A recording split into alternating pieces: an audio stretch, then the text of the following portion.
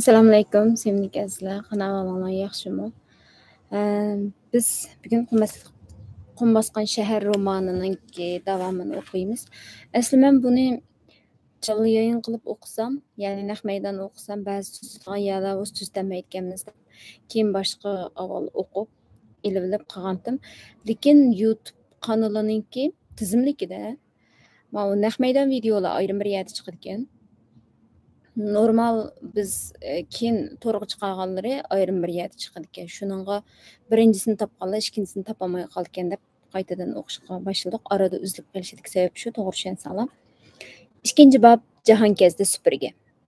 50 yoshlardan nolqigan saqalliq bu kishi o'z yurtida jahon kezdi supurgi degan nom bilan mashhur.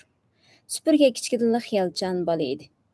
Baş baharda eriq bo'ylarida paydo bo'ladigan yumran maysalar, oq va holrang tovlanib turadigan chechaklar uni kuchli hayajonga soladi. Yo'pirmoqlar amdilardan tangi bo'layotgan tallarning shixi qo'nib sayrishayotgan bahor qushlari qarab, u soatlab o'ltirib ketadi. Bu qushlar zimiston qish kunlari nalarga yo'qolib ketadi. Bahor kunlari bu ya'ni qandoq tepib kelalaydi? Yulduzlar kunduzi qayerga mukinib oladi?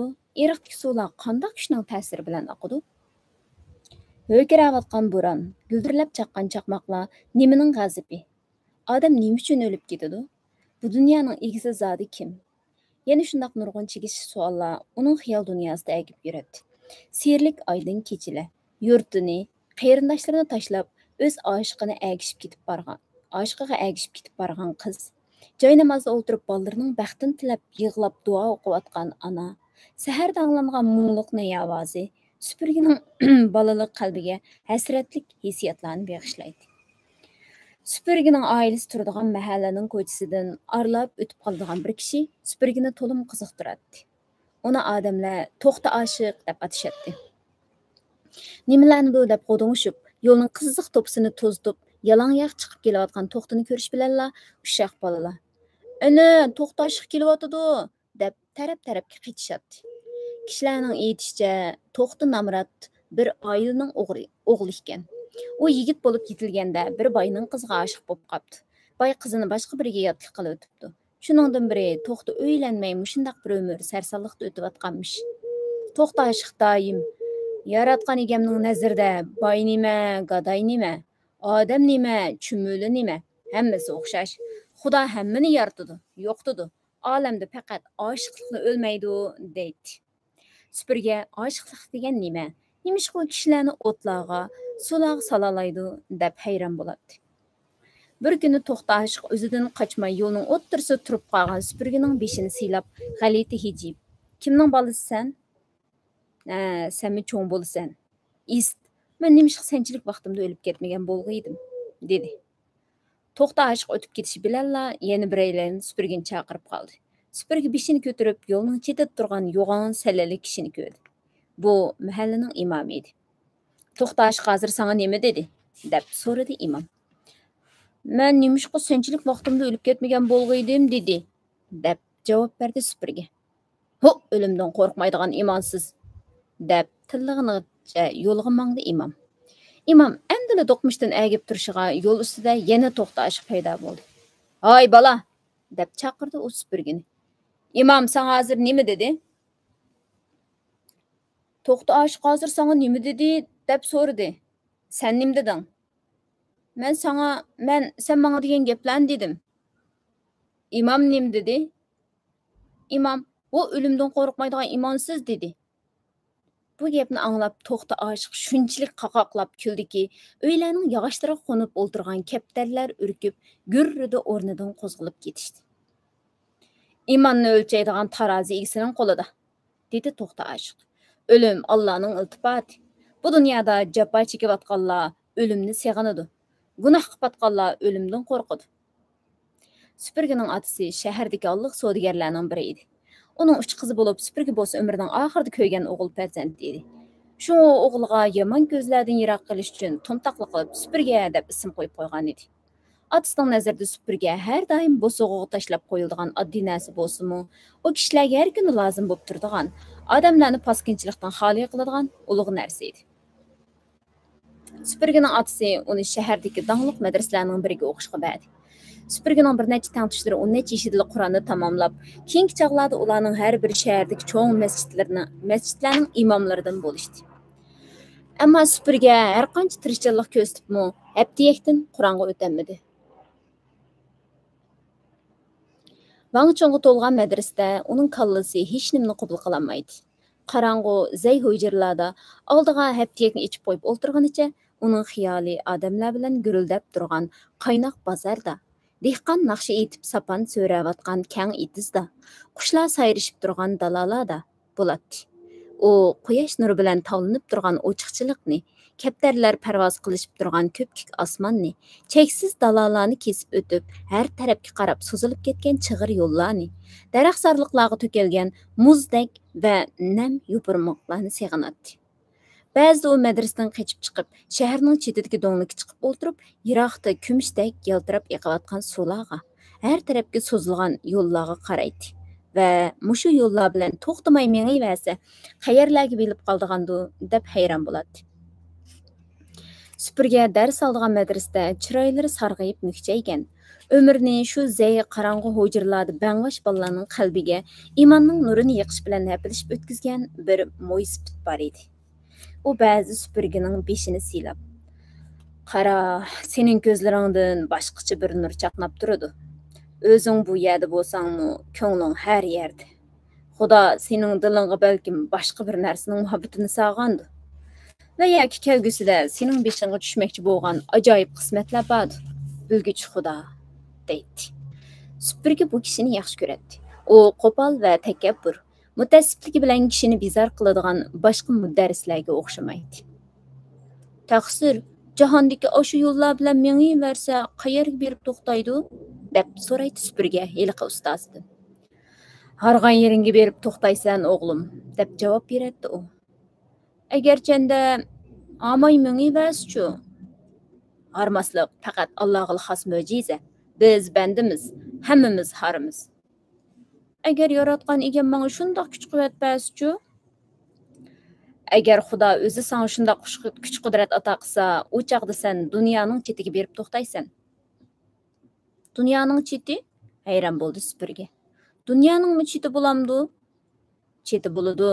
Xuddi sen o'g'ziga chiqsang, uning to'rt atrofida cheti bo'lganga o'xshash. Dunyoning chetiga yetib borgandan keyin yana nima ko'rindi? Sen kechis ko'rganga o'xshash cheksiz qorong'ulik va yana cheksiz yulduzlarni ko'rasan." "Cheksiz qorong'ulik" dedilarmi? Shundoq. Muqaddas kitoblarda yozilishicha, biz yashab turgan bu zaminni poyonsiz suv o'rab turadi. Odam alayhissalom tunji bo'lib bu zaminga oyoq bosganda, yer suv ustida davolg'iydi. Hazrat Odam: "Ey Tangrim, men mundaq to'xtamay davolg'ib turadigan narsaning ustida qandoq tirikchilik qilaman?" deb Allohga murojaat qilgan. Yaratgan egam yer yuzini egiz tog'lar bilan bosirib, tavranmas qilib bergan. Ondan zamin ustiga 7 qat osmonni dum ko'mtirgan va bu qorong'ulikni yulduz, oy, quyoshlar bilan bezigan. Bundaq gaplar Süpürgening balalik tasavvurini texmi jonlantirib o'tadi. Uning madrasaning o'sha egiz to'ttimining iskanjisidan, Vangchongliq shahrining qistongchiliklaridan qutulib, safar xaltasini o'shnisiga tashlab, yiroqlarga safar qilg'isi. Olamning berib, uning nersidan nimalar borligini o'z ko'zi bilan ko'rgisi keladi. Atası ölüp ketgandan keyin Süpürge atasidan qolgan mol-mulk, katta bog'liq, ichkiri tashqari qo'rovlarni ayol qarindoshlariga murosaqa qilib ulashtirib beribdi. U ayvonliq qo'rovlar shuncha keng va hashamatlik bo'lsa-mu, Süpürgening tasavvuridagi dunyodan ko'p kichik edi. Uning tomirida to'ttam ichiga band bo'lib yashashni zulm biladigan boshqacha bir qon o'rkashlaydi. Süpürge atasidan qolgan dunyolarni ojiz qarindoshlarga berib tugatgandan keyin o'zini xeyli yeniklab qolgandek his qildi. Shu kundan boshlab u o'zining orzu qilgan sayyohlik turmushini boshladi. Mana shuningdan boshlab hozirgacha u biror joyda ko'p bo'lsa 1 yildan oshiq turib boqqan emas. U cho'llarni, cheksiz qumliqlarni aylanib, shu qumliqlar atrofiga yulduzdek tarqalgan shahar, yezilarni birma-bir kezatdi. Eshkining beshini qandoqdir bir bozorga burab, eshikning ustidagi xo'rjinning ikki ko'zini yip-yengna, choy tuz degandek cho'l odamlarga kerakli bo'lgan mollar bilan to'ldirib, yana qandoqdir bir bozor yoki yo'lda uchirgan mahallarda ozg'ini foydasiz setib pul qilib, safarni davom qilaveradi. U qancha qitim çöl qaraqçılarının bulang talığına uçrab jindin ayrılğılı taslı qaldı. Yana bir qancha qitim şunda qaraqçılarning o'zi bilan ham suhbat bo'lib, qo'nalg'alarda billa tunidi. Ba'zi uningga qimorvozlar, tavkalarning yindi tomosha ko'rishga va ba'zi Gulxan yinida yetib qandaqdir bir tavakkulchilar, jahonkezlarning sirliq olam, hayot, turmush to'g'risidagi qiziqarli palanglarni anglashga to'g'ri keladi. Bir qitim supurga uqishmayla odam o'ldirish xumori bor bir talvaning uyida kechini o'tkazdi. Tağdek yoğan bəsti var. Meydisini atның yaylısidek qapqara tükü qaplagan bu adamның közleri ot bolup yenip kişiге tikiledi. O keçiçe süpürgege özü öldürgen erler, ayalla, balalarning sani, ularning ölüm aldıda qandaq tipirlap çırqıraşqanları, aqqan yaş, içinişlik nale, çaçırap çıqqan közler toğrısida zoqlanıp sözlep çıktı. Söz arasida o ağrıdek yoğan qollarını süpürgege şiltip, "Hop, sen bana bugün mihman bolup qaldың da. Bo'lmasa, bu kecha sening qandaq holatda jambagini uni ko'rib hozirlangan bo'latdim", deb eskartib qo'yadi. Bu qon ichkurning qarashicha, odam barliq jinoyat va buzg'unchilikning manbasimiş. Alloh yaratgan bu keng olamning pokligini qo'g'dab qilish uchun u dunyodagi hamma odamni, jumladan eng oxirida o'zini bo'g'ib o'ldirishni qaror qilganmish. Supurga kirib qaqmay vahim ichida tangni atqizdi. Qo'rqinchliqida o yiliq talbiga qandaqdir bir shiltsa necha yuz gaz uzraydigan, yana bir shiltiganda qisqarab g'alapiga tushadigan qilish haqida xiyoliga kelganini so'zlaydi. Sen mushunda qilishni rostli ko'rmaganmi? O to'g'risida anglabmi baqmaganmi? Tova, deydi supurga. Men nimishqa shu qilishdan birini sana aytganmidim-a? O çağda sen adamlarni mundaq bir-birlab bo'g'izlab avar bo'lmayding. Yiliq shamsharni bir shiltsanglar yuzlab odamning beshi oldinga do'malabla tushgan bo'ladi. Sen meni aldayotsan-ku deyman, deb supurgining gapiga bir ishinib bir ishonmay so'raydi yiliq talba. Dunyoda nada mundaq qilish bo'lsin. Bo'lgan bo'lsa, men nimishqa shu chaqcha u to'g'risi hech nima anglamadim. Bizning anglaganlarimizdan anglamaganlarimiz, ko'rganlarimizdan ko'rmaganlarimiz to'la. To'xta. Shu tapda men o qilishni zodi nada ko'rganligimni eslayolmayapman desa, ammo sana va'da beraman. Yana bir qitim bu yerdan o'tganda shunday qilishdan birini cho'qim og'ach kelaman. Shunday va'dalar bilan supurga yiliq vahimlik makondan aran qutulib chiqdi.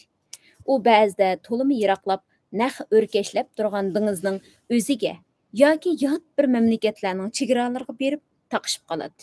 Mundaq chaqlarda supurga ko'kda qanot qiyiqib erkin parvoz qilib ketayotgan qushlarga qarab havas qiladi.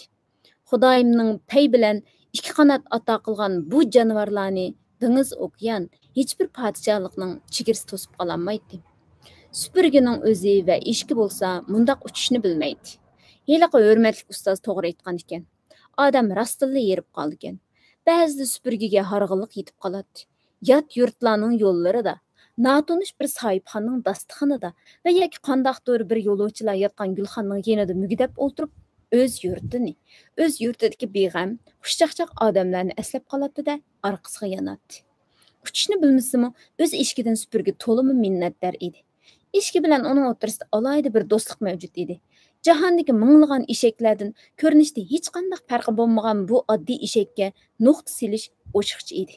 Supurgi tayoq bilan beshini burab qo'ysla, ishki o'zining qayoqqa menish kerakligini tushunib bo'ladi. Supurgi eshakka eg'ir yuk ortganda so'zsiz o'zi piyoda mangadi. Mangandimi eshakning orqasida emas, oldida mangadi. Eshakning orqasida uning tuyoqlaridan ko'tarilgan chang'a ko'milib menishni o'ziga haqorat deb biladi. Bo'z eshak yetilib egisining orqasidan qolmay ergishib ketaveradi. Supurgining kiyim-kechaklaridan keladigan tar aralash puroq unga yaxshi tonish edi. Supurgi ba'zida uzun safar ustida muhtojlikqa tushib qolib hech iloj qolmaganda o'zining bu sodiq ishkini setib majbur bo'ladi. Mundaq chaqlarda o ishkini agashtirib berib pulliq karvon boshlari yoki kazzab savdogarlar bilan savdolashadi. Albatta, ishkini hargizmi azniq berib bu ajoyib maxluqdan bir soat bo'lsin ayrilish o'ziga qanchalik azob ekanligini bilgachga ishkini jahondagi barliq chiroyli so'zlar bilan maqtab bahotalashadi. Eshakni setib, bozorning dangliq oshxonalaridan biriga kirib, tarlab o'ltirib qo'soqni obdan to'qlaydi.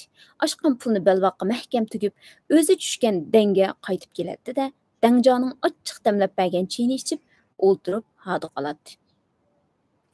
1-2 gün ötmeyla tün yerimida yoki tong saharda uning eshik oldida paydo bo'ladi. Chunki hech kim bu eshakni supurgida qadrlashni bilmaydi. Boshqalarning nazarida u faqat oddiy bir eshak edi. Ular uni xohlagancha dumbalaydi yoki yukni bo'lishiga otib dunyodagi eng sisiq gaplar bilan haqoratlaydi. Supurgi uchun bo'lsa, bu eshak sodiq hamroh, ishonchlik do'st edi. Eshak qaytib kelishi bilanla uning bosh ko'zini siylab, oldiga kepaklik yalab yoki sap qo'noq to'katdi-da, bir soatdan keyinla supurgi yana yilqidangdan g'oyib bo'lib, yangi safarni boshlaydi. Har bir safar uningga yangi ta'sirotlarni baxsh etadi. Har bir safarda uningga yangi mo'jizalar uchraydi. O'z yo'lida u yana yangi hamsafarlar bilan uchrashib, ulardan yangi hikoyalarni anglaydi. Süpürge Cahanket Süpürge degan bab mishada tugadi. Davomini yana davomli anglaymiz. Allohga omonat. Xayr xo'sh.